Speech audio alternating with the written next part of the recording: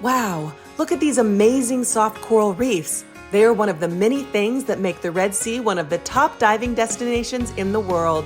Welcome back to Bluewater Travel's 50 Amazing Adventures. In episode 19, we continue our exploration of the Red Sea.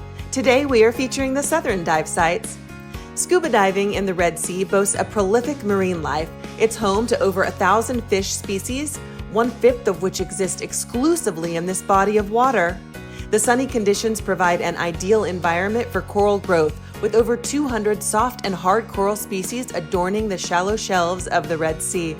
But it's not just about the reefs. The Red Sea's median central trench plunges to depths of over 7,000 feet, creating a water circulation system that nurtures a thriving marine ecosystem.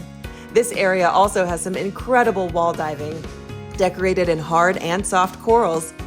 Outer pinnacles and islands, such as the Brothers and Daedalus, are a magnet for big pelagic animals, including manta rays, dolphins, and several shark species.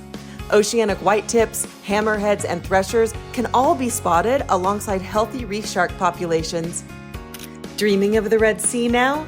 Comment below and Bluewater Travel will arrange a holiday you won't regret.